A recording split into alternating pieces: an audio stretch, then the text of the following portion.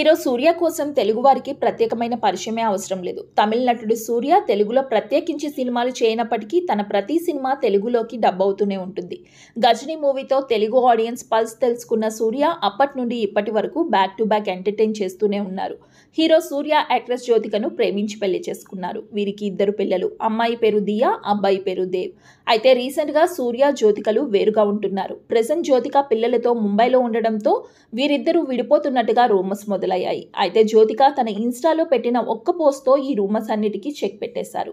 2024 జనవరిలో మేము ఫిన్లాండ్ లో బాగా ఎంజాయ్ చేశామంటూ వారి వెకేషన్ కి సంబంధించిన ఫొటోస్ ని షేర్ చేశారు. దీనితో ఈ రూమర్స్ అన్నిటికీ ఒకేసారి తెరపడడంతో పాటుగా ఫ్యాన్స్ అంతా ఆ ఫొటోస్ కి ఫిదా అవుతూ అడారబుల్ కపుల్ అంటూ కామెంట్స్ పెడుతున్నారు.